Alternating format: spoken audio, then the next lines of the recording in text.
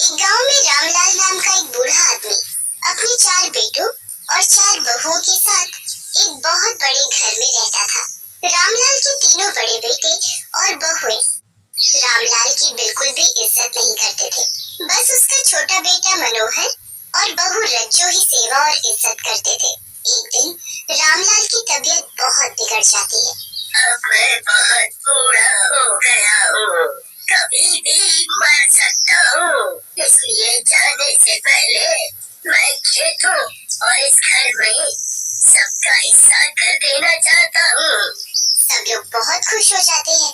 रामलाल खेतों में सबको बराबर का हिस्सा दे जाते हैं, पर क्योंकि मनोहर की बीवी ने उसकी इतनी सेवा की, तो वो पूरा घर रज्जो के नाम कर देता है। सब लोग इस बात से बहुत ही गुस्सा होते हैं। ये आपने अच्छा नहीं किया बाबूजी। रज्जो क्या कहीं की महारानी है तो आपने पूरा घर उसके नाम कर दिया। हम क्या सड़क पर रहेंगे? बिल्कुल सही कह रहे हो भैया। अरे इनको तो बस मनोहर और रज्जो ही दिखते हैं, हम तो जैसे कहीं कूड़े में से आए हैं। तुम लोग लड़ो मत, मैंने तुम तीनों के नाम भी एक एक मकान कर दिया है। वो छोटे छोटे से झोपड़ी जैसे घर हमको नहीं चाहिए।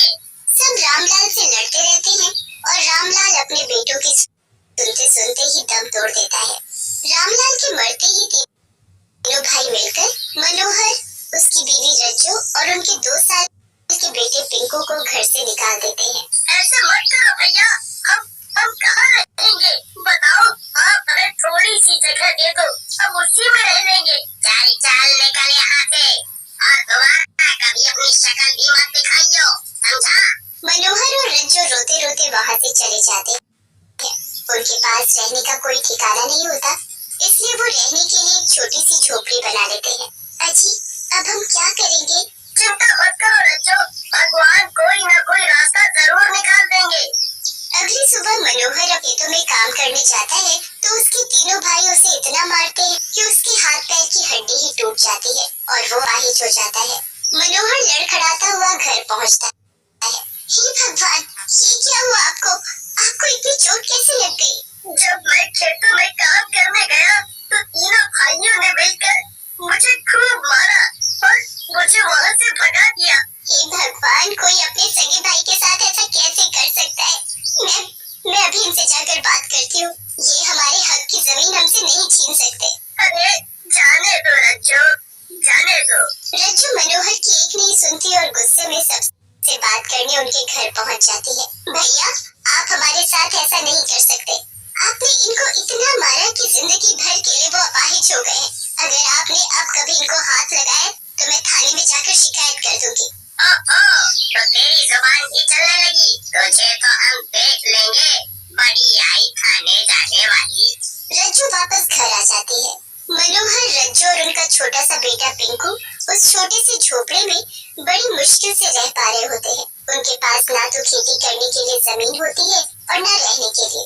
बेचारे भूखे प्यासे दिन गुजार रहे होते हैं। आपके भाइयों ने आपको मारा था, पर वो मेरा कुछ नहीं बिगाड़ पाएंगे, इसलिए कल से खेतों में काम करने आपकी जगह मैं जाऊंगी। नहीं रज्जो, वो लोग इस वक्त पैसों के लालच में पागल हुए पड़े हैं, तुम वहाँ मत जाना। अजी, हम तो भूखे रह लेंगे, पर मैं पिंकू को ऐसे भूखे नहीं रख सकती। मुझे कल खेतों में जाना ही पड़ेगा। अगली सुबह रज्जो खेतों में काम करने जाती है।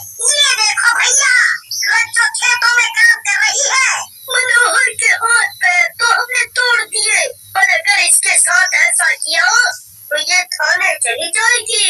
इसका तो कुछ और ही करना पड़ेगा। एक काम करते हैं, इसको अभी काम करने देते हैं, 2-4 दिन बाद मौका देखते ही हम इसे मार कर यहीं गाड़ देंगे। वही कुछ दिन बाद तीनों भाई मौका देखकर रज्जो और उसी के खेत में दफना देते हैं और वहाँ से चले जाते हैं। उनके जाते ही रज्जो एक चुड़ैल के रूप में जमीन से बाहर आ जाती है। नहीं छोड़ूंगी किसी को, एक एक से बदला लूंगी, सबको मार डालूंगी। मनोहर रज्जो का इंतजार करता रहता है। पूरी रात निकल जाती है पर रज्जो घर वापस नहीं आती। कहाँ गई रज्जो? वो इतनी देर तो कभी नहीं लगाती थी, कहीं उसे कुछ हो तो नहीं गया? अपाहिज मनोहर पिंकू को गोद में लिए तो ढूंढने चल देता है और पूरे गांव में ढूंढने लगता है, पर रज्जो रज्जू का कहीं पता नहीं चलता। मनोहर पिंकू को लेकर घर वापस चला जाता है और बस रज्जू के आने का इंतजार करता रहता है।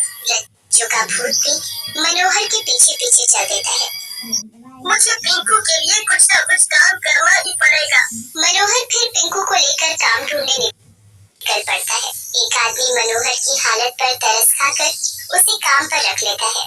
रज्जू वही खड़ी होती है और उसे अपने पति को ऐसे काम करते देख बहुत दुख होता है। देखो, यहाँ तुम्हें गेहूं की सफाई करनी होगी और कितने बोरे रोज बाहर जा रहे हैं। रखना होगा, मन लगा कर काम करना।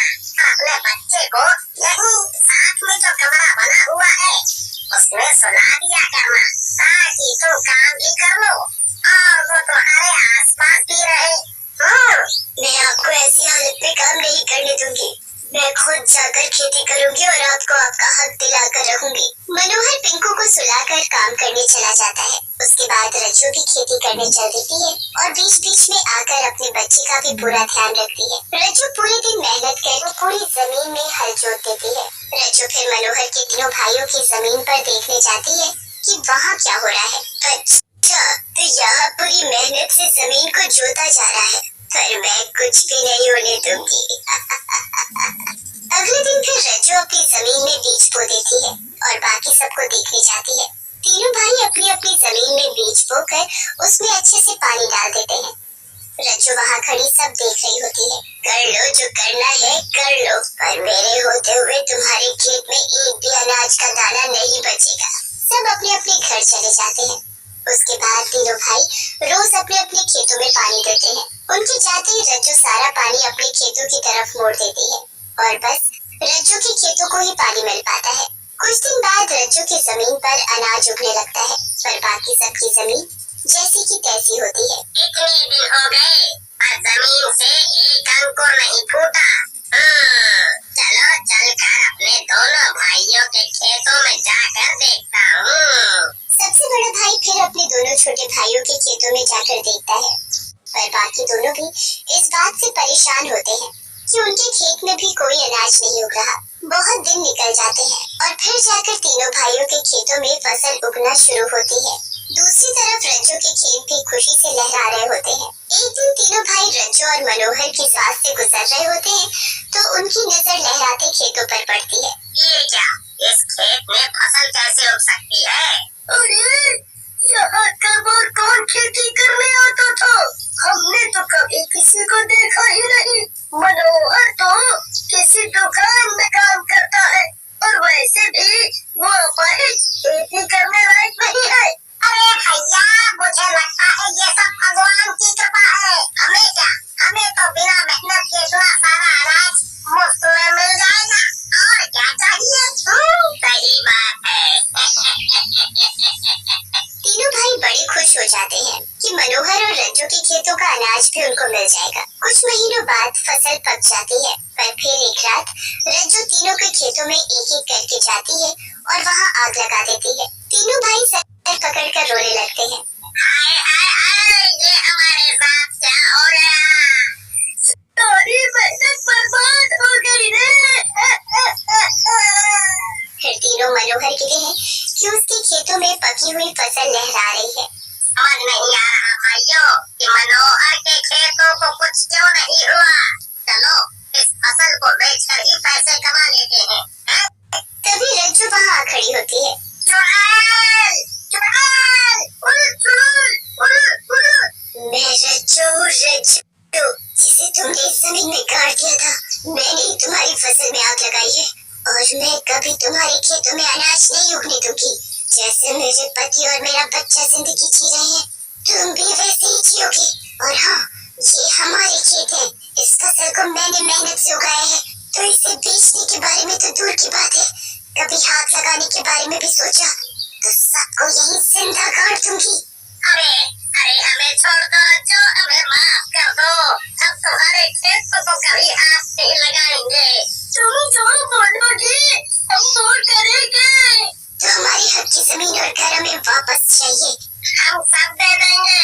अब आज ही मनोहर के पास जाकर उसे सब दे देंगे, सब दे देंगे। उसके बाद वो सब अब एक पंडित को लेकर उस जगह जहाँ रज्जो को जमीन में गाड़ा था। पंडित जी उस जगह पूजा करते हैं जिससे रज्जो की आत्मा